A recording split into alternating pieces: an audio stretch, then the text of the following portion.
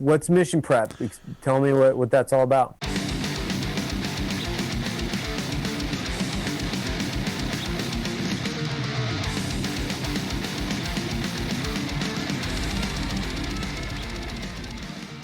Dumb lost it.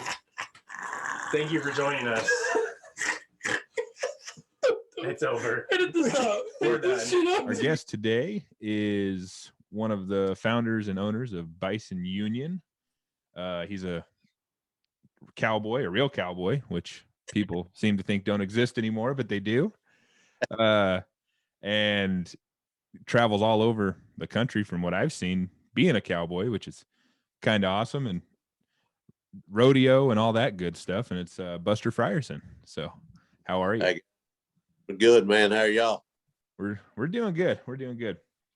Thanks for having me. Yes, sir. Yeah, we've been kind of fans of you guys and what you're doing for a long time, you know, with you and Bert and Bison Union. And it's kind of really cool with this podcast. We're starting to be able to talk to these people we've been just following along with online for so long. You know what I mean? Right. And to sit down, we've had people in person or through Zoom or whatever. It's cool to be able to talk to some of you guys and kind of pick your brain on how you think about things and do things.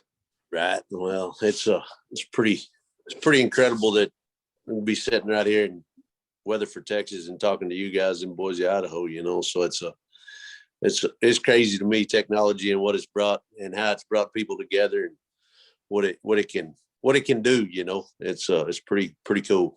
Agreed. And I think it's, you know, me and Kevin were actually just talking about this before we started, that back in the day, if you tried to embrace technology and all that, people would either make fun of you, like especially with social media and stuff. Right. And seeing like what you do on your social media, you're posting your daily work, and that's fucking awesome. It's really, and there's people out there that I think can't live that lifestyle or have never lived that lifestyle who like to see that. And yeah, no, you know, I mean, it flabbergasts me, you know, the messages I get and the people that I get to interact with over social media. And yeah, it's just, you know, just like you say, a lot of people make fun of it, or, you know, used to, for sure, you know, and now they're kind of realizing what it can do and how it can bring people together from different parts of the world and let them kind of see and understand what I do for a living, or what I do, you know, on a daily basis, and what you guys do, and what, you know, the guy in Brazil does. And it's pretty incredible to realize what it can do, you know, for the good of people, you know, I mean, for the good of industries.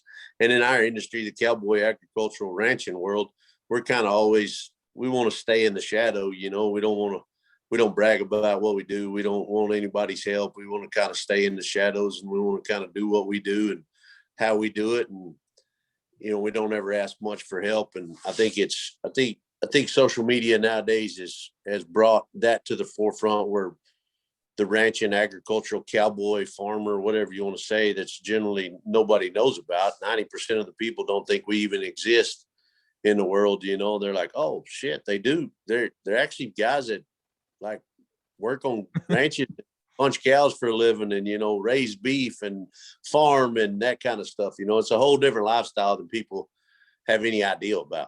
Yeah. Well, like I said before, you know, people that actually work with their hands outside just build better character. So they don't need to do that crap.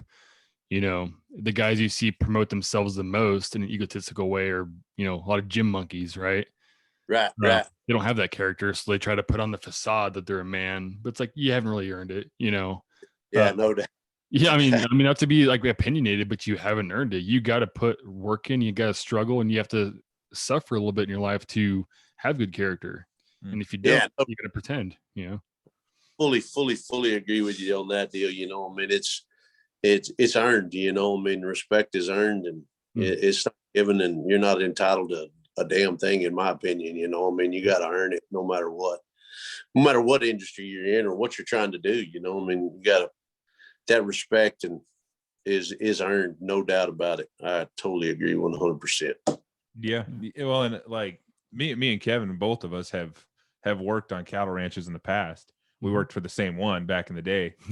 And like you were saying, people nowadays, most of the country doesn't know that still exists. They just go to the grocery store and buy their burger or their steak and don't even know where it came from, and they could probably care less. Well, the cool thing about that too is we made like $6.25 an hour, but we didn't give a fuck because we're like, this is awesome way of life. This is a great way to spend my late teenage years. Yeah. Yeah.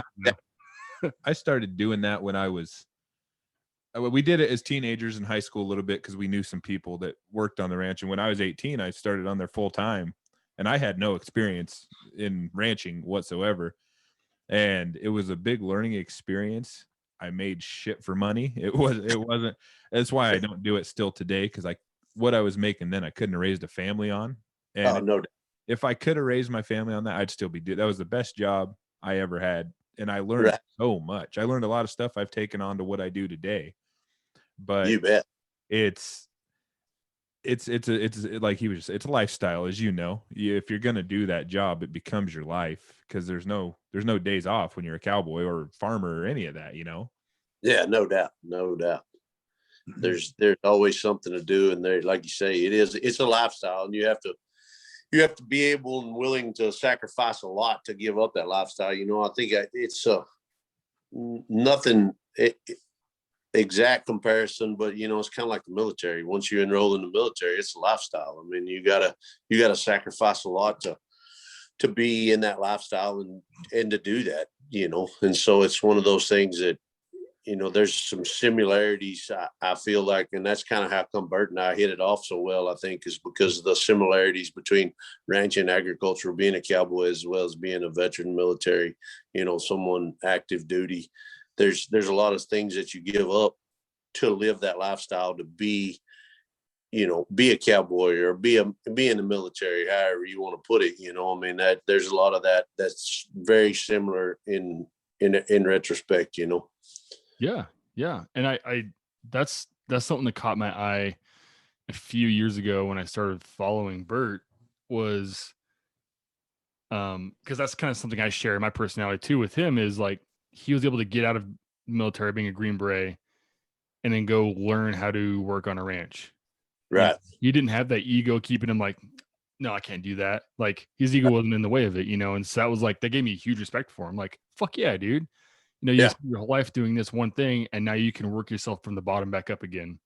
You know, super cool. Well, and you've been Kevin was in the military as well. And that transition period afterwards, I don't think it's good for you to have an ego, because you're going to have to do other shit in life. Yeah. You can't say like, oh, I was in the military and that's going to pay the bills. Yeah. You got to find out how to do other things in life, and having an ego was going to keep you from learning things. Right. It's I was not in the military, but same thing, following along with Bert, seeing that he met you and started working for you for pretty low wages, but he was learning, he was new to the job. And that's really awesome to see. Yeah, no doubt. And that's one thing that kind of, you know, that developed our friendship so fast, was that he was willing to do whatever. He told me, is like, I told him one day, you know, he was like, what are we going to do today? And I'm like, well, you know, and I always had a hard time telling him what to do, or, you know, asking him. I didn't tell him anything. I just asked him, you know, hey, we're going to go over here and we're going to do this today, or we're going to do that. And, you know, sometimes I felt like he was above what we were doing, you know, because of his experience and his past history and being a Green Beret. And hell, he did things that I can't even imagine, you know. And here I am asking him to go dig post holes, you know, to help build a set of pins. And it's like, I told him, I was like, man, he's like, what are we doing? I'm like, I'll go do it. And he's like, no, dude, I'll go clean. You tell me to go clean the shitter, I'll go clean the shitter. And, you know, that means a lot. That there's something said for that. There's somebody where he is in his experience in life would look at me and say, man, you tell me to go clean the shitter, I'll go clean the shitter. I just want, you know, I mean, that says something about his character, his personality, you know, and his willingness to learn new things. And that means a lot, you know. I mean, I've had guys too that want to come to the ranch and work, and they're like, can we do something different? And I'm like, no, it's the job we got to do, and we have to do it. It doesn't matter. You know, I mean, if you want to come work for me, I mean, I've been here 16 years and I'm still doing that same job. You know, I mean, I got to do it. It's got to be done. So you got to do it. You can't just walk around it and not get it done. Yeah. And you got to swallow your pride. And yeah, there's times I hate doing some of the shit that we have to do, but it's just, it has to be done. And so you buckle down and you get in there and you get it done. And the faster you can get it done, the better you can get it done, the less you have to do it, in my opinion. Yeah. Well, and I think like, especially nowadays with it not being as prevalent, that lifestyle, people romanticize it, especially with like TV shows like Yellowstone and you see things like that. They have this like romantic look on it. And then once you really get into it, it's a dirty, hard fucking job. No doubt. There is cool stuff about it. I mean, there's a lot of really cool stuff about it, but I mean, people don't think about the fact you're going to be out there fixing fence all day. That there's nothing fun about that. Not at all. It's honestly, I think fixing fence is fun if you like I guess I haven't experienced this. Well, I kind of am right now with school, but if you were working somewhere where you're inside all day and you're in an office with around other dipshits, and then you get outside and start doing something even mundane, you're like, oh my God, I'm out in the fucking sun or in the rain. I don't care, but I'm not surrounded by dipshits and I'm not in an office. Like, this is awesome. Like, you may be surrounded by dipshits, but they're like-minded dipshits, right? Yeah. Like, Yeah, exactly. Yeah, for sure. I'll take it at the time. But I just think, there's a lot of things, and that's not even just cowboying or ranching. I mean, in the construction world, or even what I do in truck driving and stuff, people always just think like, oh, there's like all this cool stuff about these jobs, and you get into it and it's a lot of hard work. Dude, honestly, like when I got a CDL too, and I was like, man, like I just want to go be like over the top. Like, can I just go around like truck stops and just arm up some motherfuckers? Like, that's the only reason I want to do it. Like, but it doesn't really exist. Like, Yeah, exactly. so were you, I guess I'm a little too unfamiliar with your past. Were you were you born into this, like on a ranch or? Yeah, I mean, I wasn't born on a ranch per se, a big ranch, like, there's big ranches, and then there's, little places and farms and whatnot. I mean, my dad kind of grew up as a cowboy and rodeoed and did anything and everything he had to do to make a living, to furnish for his family, provide for us. And so he welded, he worked in the oil field. He broke horses for the public. He rodeoed, on top of that. And he had a few cows here and there. We had a little place right outside of a small town, Roby, Texas, and lived on a dirt road, we had 25, 30 acres, and we always had horses around. My granddad lived down the road about 2 miles, and he had a little bigger farm and had a few more cows. And, where I kind of grew up in my life, everybody did anything that they could to make a living, it was, you did whatever. And so I grew up with horses in around cattle, but not really on a big ranch, and then once I kind of got into junior high and sports and athletics in high school, of course I learned how to ride and rope when I was very young, because that was just something that we did, I've got mom and dad have pictures of me when I'm like 2 years old with a pigging string, got the cat ropes, and standing there in my diapers with a hat on. And it's one of them deals. And I was, participating in play days and RJA rodeos and that kind of stuff by the time I was 5, 6 years old. So I always knew how to ride and knew how to handle a rope. My dad taught us all that when we were growing up. And, but once I kind of got into the sports and athletic side of, that deal, I kind of quit doing the rodeo cowboy deal and focused more on the athletics. And so all the way up through high school, I would go help a few guys here and there if they needed some help, gathering a set of cows or going and branding some calves, just here and there, once or twice a year, maybe, and then I kind of got into hunting, and I loved hunting. And so the outdoors, and I guided hunts for a little while for an outfitter.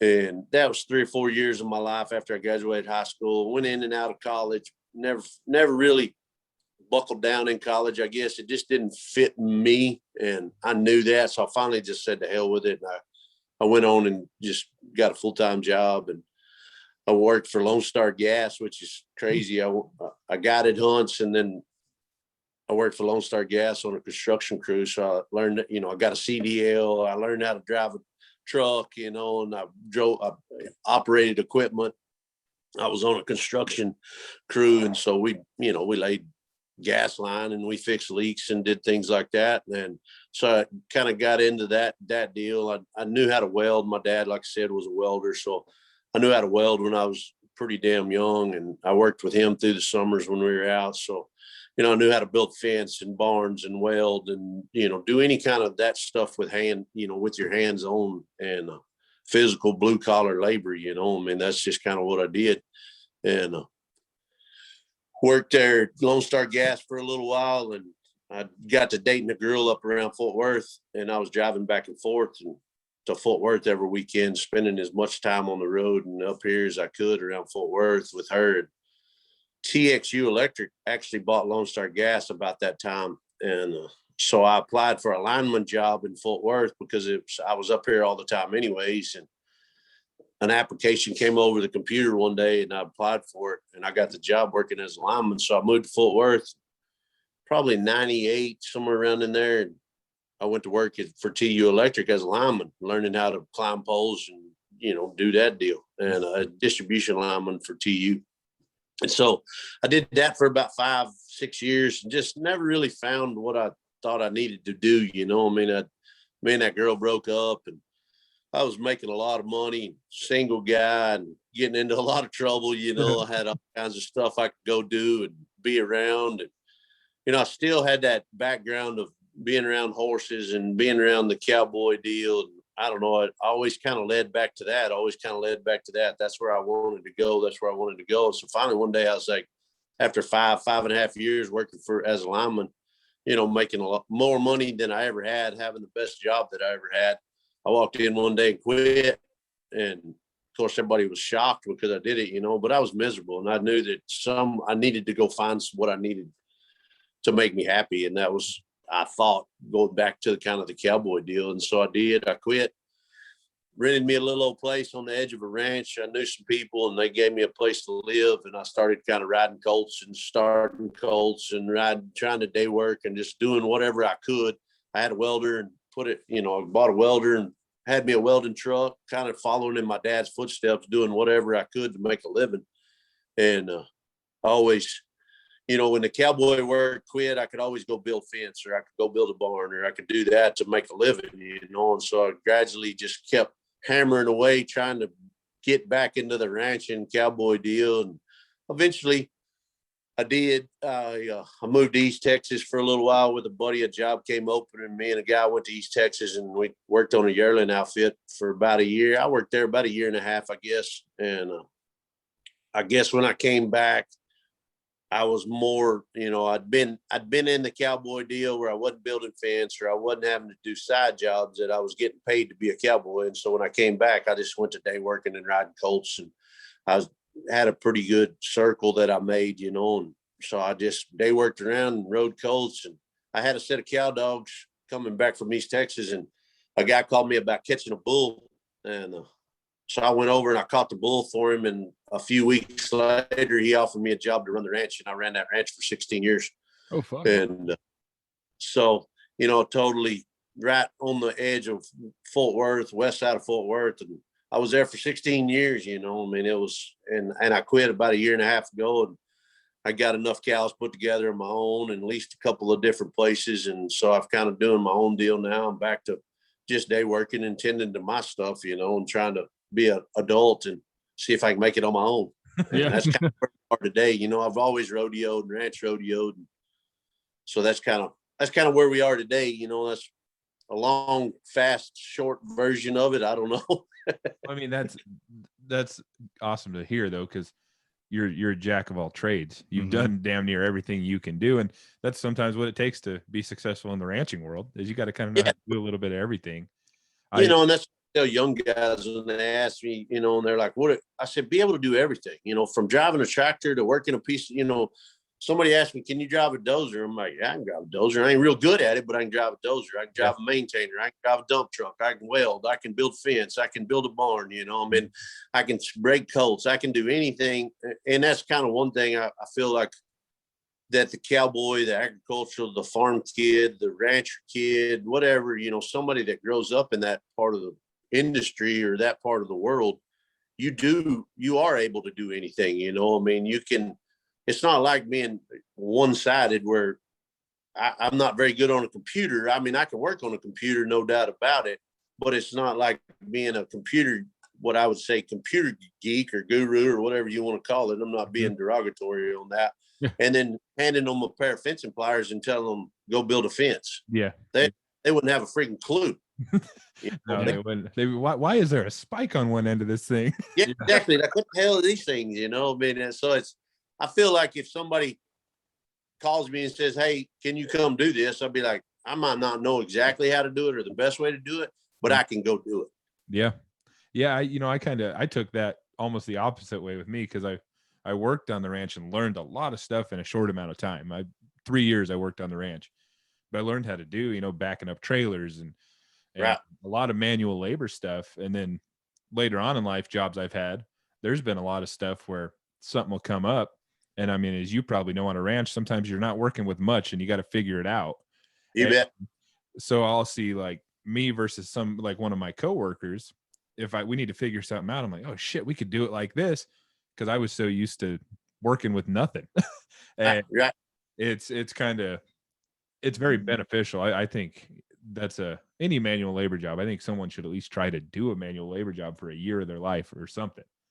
Yeah, no doubt. I mean, it does. It's kind of one of those deals where you don't specialize in anything. You can do everything. You know, Yeah. I mean, it's one of those things that kind of what draws me to that, and that's that pride about, I can go step on a 3-year-old or a 2-year-old horse and go gather a set of cows and drag calves and run the cows through the chute, or I can, get in a pickup and go build a mile of fence, or I can build a barn, or I can do, I feel like it doesn't matter what happens to me, whatever, I can go work on a road crew, if I needed to, running a damn maintainer, if I needed to go work at the landfill and run a dump truck. I mean, when it comes right down to it, I feel like I can go do anything and make a living. Yeah. It's kind of funny too. The ranch that we worked on, the guy that owned it, he's a prominent politician out of Idaho, but he had this like weird hatred for horses, and he owns a damn cattle ranch, and he doesn't like horses. So when we were, because the ranch was based just outside of Boise, and it was all machines, dirt bikes and 4-wheelers. That's Right. Which they have their place, but Right. so we'd all be on the dirt bikes and 4-wheelers. And then during the summer, we'd go up north in the mountains in Idaho, take cows up there. And my boss at the time, who's one of my best friends, he rode horse a little bit, but he wasn't great. But he was the one that would go up north, up there with a bunch of the real cowboys. And they'd look at him on his dirt bike and be like, what the fuck are you doing? And so he had to learn. He learned how to ride, and he got really good. He still is in that world today and rides a lot. Right. About Ben, Right. Yeah. But yeah, and I did a little bit of horseback, but not much, because down here, the boss, he had this weird hatred for horses, and he had a point. He said, dirt bikes and 4-wheelers don't get tired. And that's true, but It is true. There's a lot of places dirt bikes and 4-wheelers can't go that a horse can't. Fact. And that's when my fat ass would be on foot. Yeah, exactly. A horse. The ultimate 4-wheel drive is a horse. You can go anywhere and do anything, and that's the whole deal. And I don't know, a dirt bike can't tell you that there's a cow standing over there in the brush that you didn't see either. 100%. Bill, or a cow or a bear or a wolf or something, a horse finds it like that. And you're like, what? If you pay attention, you're like, what are you looking at? Oh, there's a cow down there. Okay, I got you. Yep. I didn't see that. Thank you. Appreciate it. Dirt bike and 4-wheeler, they don't really have that sense, huh? Yeah. Shoot. So I guess can you kind of walk us through? I mean, I know you and Bert met, became buddies and stuff. How did the conception of Bison Union come into view? It's funny that, of course, I get asked that question a lot, but one afternoon, I don't even really know what reason or what behind it was, but every afternoon when we got done with work, my ranch pickup would be parked outside the barn, and we'd kind of walk out of the barn door, and I'd tell Bert, hey, in the morning, be here at such and such time, and we're going to go and do this. And so we were doing that one afternoon, and he said, hey, I got something I want to throw at you. And I'm like, all right, what is it? And he's like, I want to start a company. And I was like, all right, cool. What kind of company you want to start? And he was like, I think, man, T-shirts. I want to start a T-shirt company. And I'm like, yeah, I mean, everybody likes a cool T-shirt. You know, it's got a cool logo and brand on it, or, you know, and it's comfortable and fits well. And so I was like, that's cool. I don't know shit about a T-shirt, you know, I mean, other than you put it on, you buy it and put it on, and I didn't have an idea about getting one made or anyway. So we visited about it. And he said, I think I got a cool logo and a brand that I've been thinking about, and I want to see what you think about it. And so he actually drew it on the bed of my pickup on the flatbed in the dirt, and drew the flag out, you know, very, very rude, but it was drawn out there. Mm. And then he said, I think I want to put a buffalo. What do you think about a buffalo in it? I think the buffalo is the most iconic American animal that there is. And I'm like, yeah, I have to agree with you. You know, I mean, that's cool. So we kind of had the base of that right there, just the American flag with a buffalo in it. And we actually started it as Peacemaker Trading Company. I remember that. Mm-hmm. And so that was the name we came up with, because it kind of encompassed the cowboy, peacemaker, coat peacemaker, but it also encompassed the military, you know, as a peacemaker. And protect what you love was one of his things that he wanted to use as a slogan. And that was kind of the same, you know, everything kind of tied together, the ranching and the military world at the time.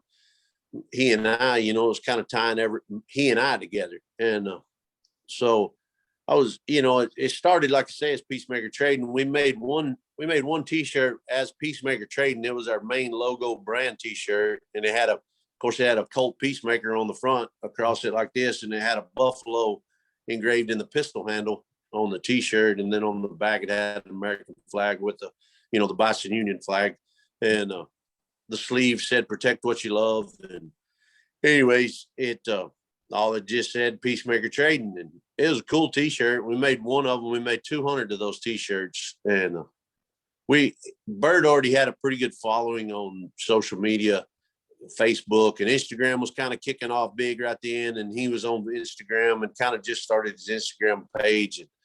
But Facebook, he had quite a few followers on Facebook, and he got to kind of teasing it around, saying that we started this company. And so anyways, like I said, kind of get back to the T-shirt deal. We made 200 of those T-shirts, and of course they cost us way too much, you know, and Bert kind of got to teasing them on his Facebook and social media platforms, and just telling everybody they had to pay attention, that they were limited edition runs. And once we started, that's how we were going to do it. You know, I mean, we're going to make a T-shirt, and then it would have, say, 200 of them. And once they sold out, we wouldn't make that T-shirt again. So everybody was kind of on one, you know, and we teased it around there for a couple of weeks. And one morning, like at 3:00 in the morning on a Wednesday morning, he dropped them for sale. And, you know, he kind of been precursor in it and telling everybody that we're going to do it this week. So everybody was paying attention, and those 200 T-shirts sold in like 28, 30 minutes, something like that. I mean, wow. Yeah, there you are, back again. And so they sold just like snap your fingers. They were gone. And he showed up at work the next morning, and I said, how'd they go? And he's like, dude, they sold in like 30 minutes. And I'm like, all of them? He said, yeah. And I'm like, you got to be kidding me. Of course, it blew my dress off, you know, and I was like, I can't imagine that. What? You know, and so I said, hell, let's make another one. So we made a following up T-shirt for it, and made 300 of those. And the same thing, he dropped them for sale, and they sold like a little faster, 26, 27 minutes. They all sold. And I was like, man, we might be on to something here. And it just kind of evolved, you know. I mean, we made a few more T-shirts, and then we got into the stickers and the caps, and very basic, you know. I mean, very rude kind of how we were doing everything, but it was what we knew how to do. And it was just something we were digging and learning and trying to figure out, you know, where the best place to get a T-shirt made and a ball cap made, what caps. And, you know, we're both trying to learn at the same time. And Bert's really good at kind of branding and marketing and coming up with new slogans and catchy little deals here and there. And he's very smart on that kind of end of it.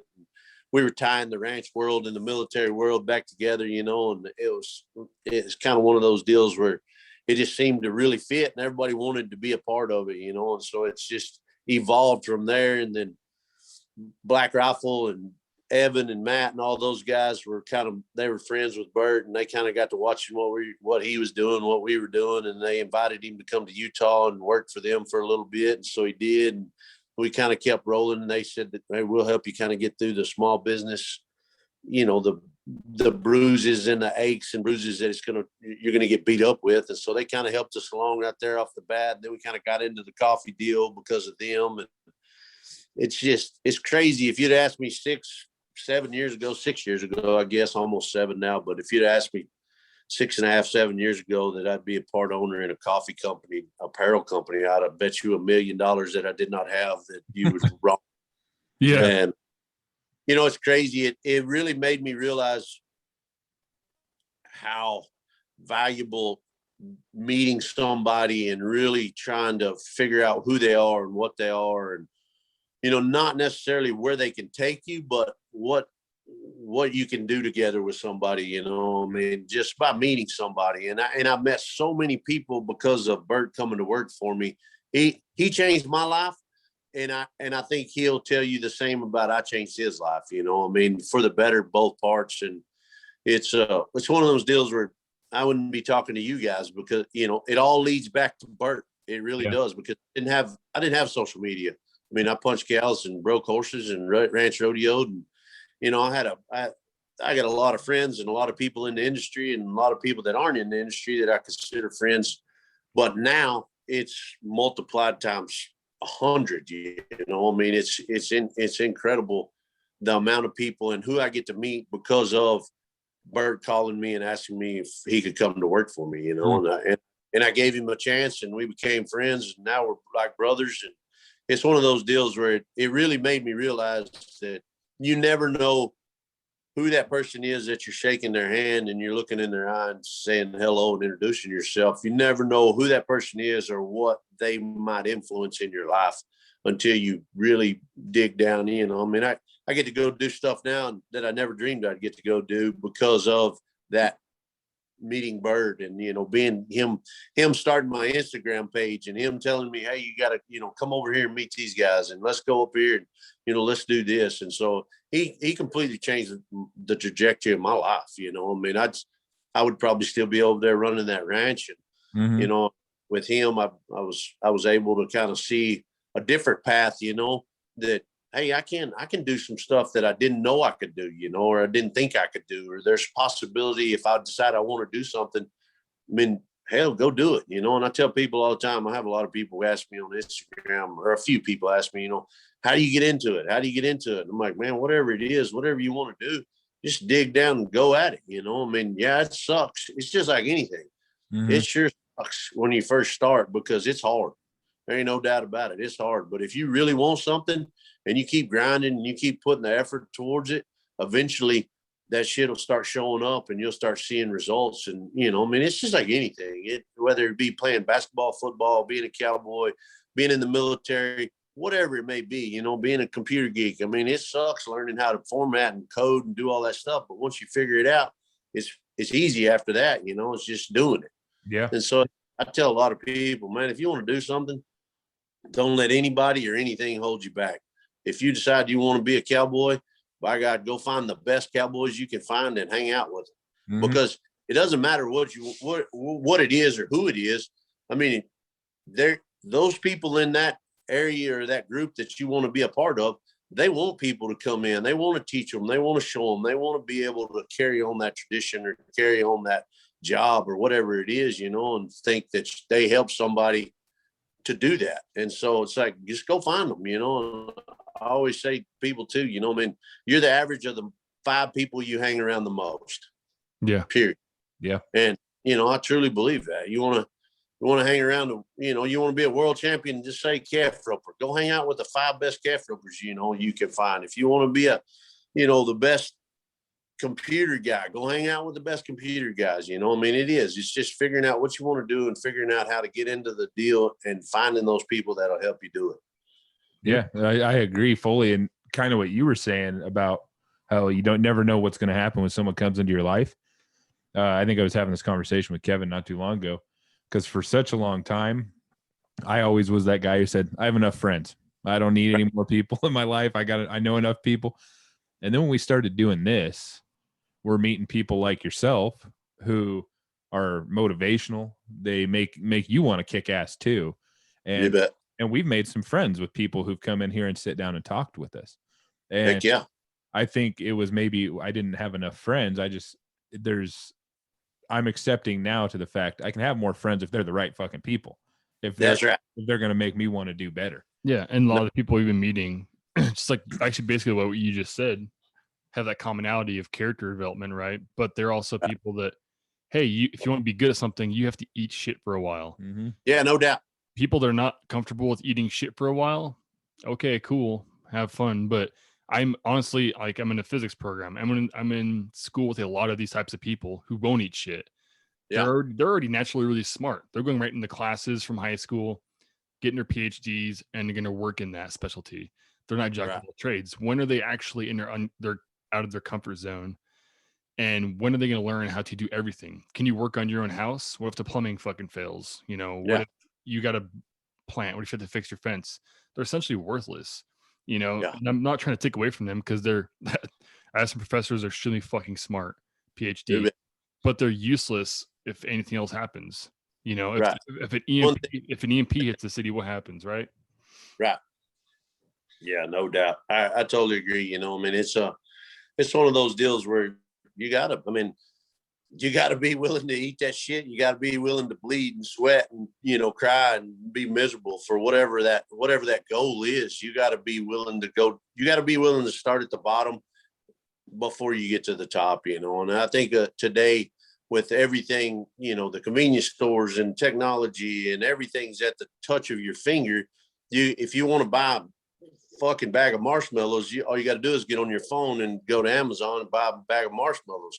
You don't have to get in your car and drive down to the store and go through the store and pick them up. You know, I mean, it's so easy nowadays, and technologies is a part of that. And it's good in many ways, no doubt about it. Don't get me wrong. I'm not cussing it, but it's made people soft. It's made people weak. It's made people feel like they're entitled to something that they're not entitled to, you know, and in that respect. And I'm kind of old school in that. I mean, I'll respect you as long as you respect me. But as soon as that deal's gone, I mean, I'm out, you know, I mean, I'm like, I'm over it.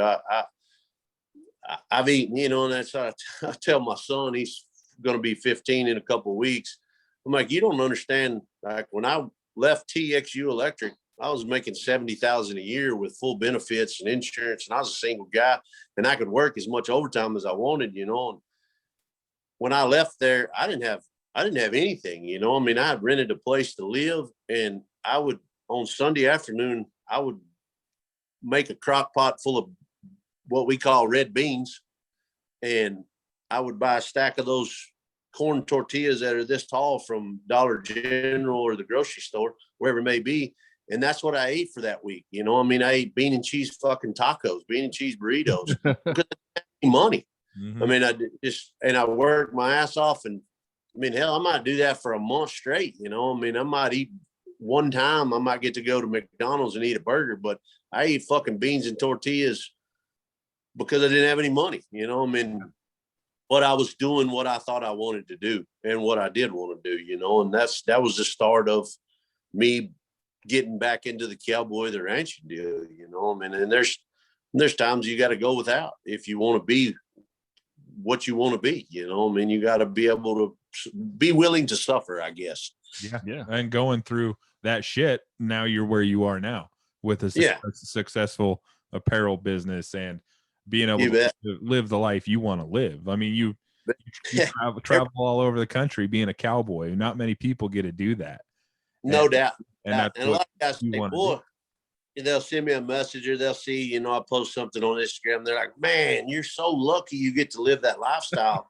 And at first, I'm like, yeah, I am pretty lucky. And then I'm like, dude, I've been doing this shit for 25 years. I'm 46, you know, and I quit TU when I was about 23. So 23 years. And I've been doing this for 23 years. I suffered for fucking 18 of those years. Making, you know, shit wages and doing shit jobs so I could be where I'm at. And now I set myself up to be lucky to get to do what I do today. Yeah, lucky. You know, that's a good word for it. I get to do what I do today because I hadn't killed myself, I guess, other than that. But, you know, I mean, I set myself up to be where I could go to Arizona for 3 weeks and punch cows with, on a big ranch out there. I can go, down here and punch cows over here and go over here and rodeo and do that deal. I guess, what do they say? The harder you work, the luckier you get. I'm not lucky that I get to live that lifestyle. I work my ass off to set myself up to get to live the lifestyle I do now. Exactly. Yeah. And I think that's motivational for people to see, whether, no matter what world they're in, if they just see somebody and hear people talk about that they've had to go through shit to get to the good place, then that makes the people that are in that shit right now think, okay, there's a light at the end of the tunnel, Yeah. And as long as you have that idea, like you said before, if you don't feel like you're entitled to anything, then you're not leaning on anybody as a crutch. It's like, oh, this is on me. I have to fucking do it. And that was, this goes back so long. 2,000 years ago, in Rome, it was great because it was a republic, right? We had the republic and we have the ability to give people amenities, right? But what did it do? And I'm probably wrong, Google it or something. I think it was Augustus when he was running to be Caesar. He gave everyone like a stipend for bread for the week. And then and it became like you were getting battles, I think, with Gaul or something. Those lines got cut off and they weren't getting a stipend of bread per week. And people fucking rioted. And that shows you the human condition right there. You were never really entitled to this shit. This was a political movement. And then when you lost it for a little while, you lost your shit because you forgot how to take care of yourself. Right. You're not entitled to shit. Make sure you learn how to do this on your own because it's not always going to be there. You bet. No doubt. We gotta learn from history, and apparently we can't. But yeah, no doubt. It is true. What's that, like that little old saying in the Bible: teach a man to fish, or give a man a fish. It's the same deal. Give a man a fish, he'll be full for a day or two. You teach a man to fish, he'll be full for his lifetime. It's the same way. You teach somebody how to do something, whatever job that is, and I don't care what it is. You teach somebody to do something, they can sustain themselves and be free of want from anyone else. And that's me. I think I'm at that spot now where it's like I don't need an employer. I need people that are around me that I can go do and see and be and do and all that. But I don't need somebody giving me a check every week. I want to be able to go make that on my own. I want to be able to do that for myself, not depend on somebody putting a check in my checking account every month.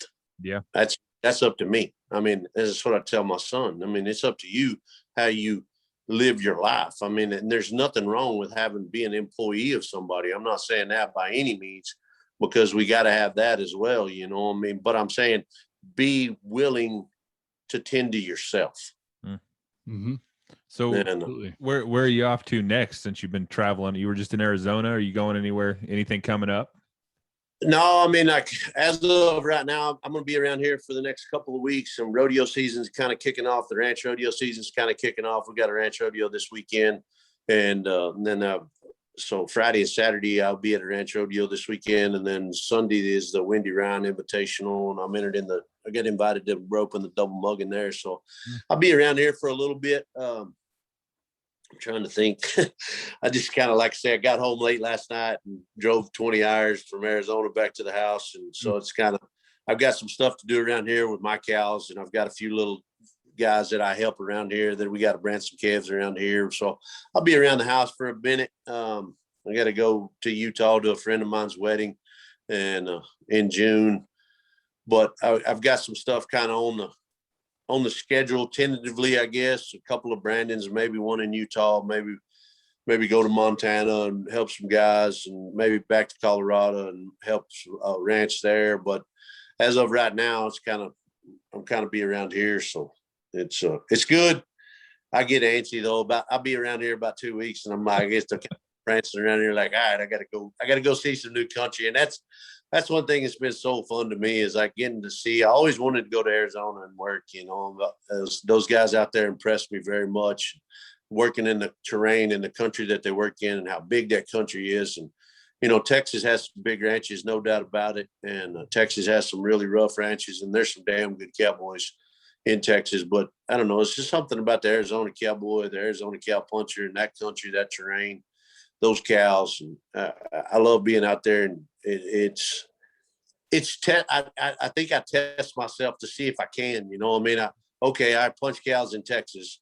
Now let's see if I can go punch cows in far West Texas and see if I can do it. And now it's just, you know, just keep reaching out there, testing myself, seeing if I can, see if I can, you know, compete, if you would say it that way, with those guys, you know. And Yeah. so I don't know. I've always been that way. I always want to test myself and see if I'm the caliber of whoever else is out there doing that deal, you know. And so it's been fun slipping around and helping a few guys in different ranches and being around. And I actually got an invite off of Instagram the other day. I had an invite to come to Mexico and in Old Mexico and help them on a big ranch down there. Yeah. A guy out to me, you know, and I'm like, he's like, would you come? And I'm like, hell yeah, I'll come, you know, set it up. Let's figure it out. So, you know, just stuff like that. It's been really cool to be able to get to go and do and hang out and test my cowboy skills, you know, I guess, and see if I fit in and if I can. Yeah. Well, it's cool. It gives you an excuse to travel and see some country and Yeah, exactly. And get some work in while you're there. Yeah, that's kind of our plan with this thing is we're wanting to do some more traveling, to sit down with people in person. And that's kind of a long-term goal with this. We've done a little bit. We traveled over to Utah. I actually was talking to Bert not too long ago, and I told him, I was like, we need to make a trip over there to Sheridan. He said, well, get over here. Yeah, no doubt. That's a cool country up there, you know. I mean, it really is. That's a good, y'all need to go up there and hang out with Bert for a day or 2 days. Yeah, I think it's like an 11-hour drive or something. I was looking it up, and I've been talking with you know, John Moss from Mountain Primal Meats. Yes, sir. Been talking with him, and same thing. I was like, all right, I need to come up there so you can cook me a steak. And he tells me, I got a horse barn you can sleep in. I was like, I'm not too proud to sleep in the horse barn, I guess, as long as I get one. Yeah, exactly. Yeah. That's me. Last night I got in my bedroom, my teepee are in the back of my pickup. I woke up this morning, it's raining, and I'm like, oh shit. I jumped up right out there and got him out of there, because there ain't nothing worse than sleeping in a wet bedroom or a soggy ass teepee.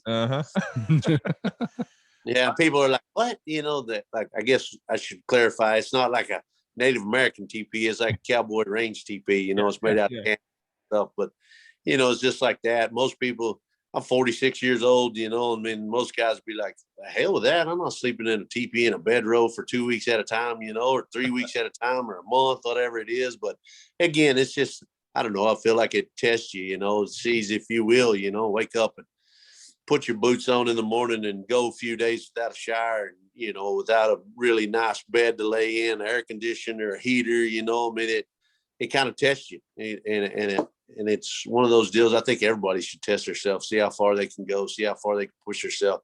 It just makes you better, you know. I mean, it keeps you more alert, keeps you young, keeps you, you know, like you said, if you're going out and working with other top of the line, you know, cowboys, it's keeping you fresh. It's keeping you from getting complacent and falling behind. Exactly. Like, you test yourself like, all right, I still got my shit together.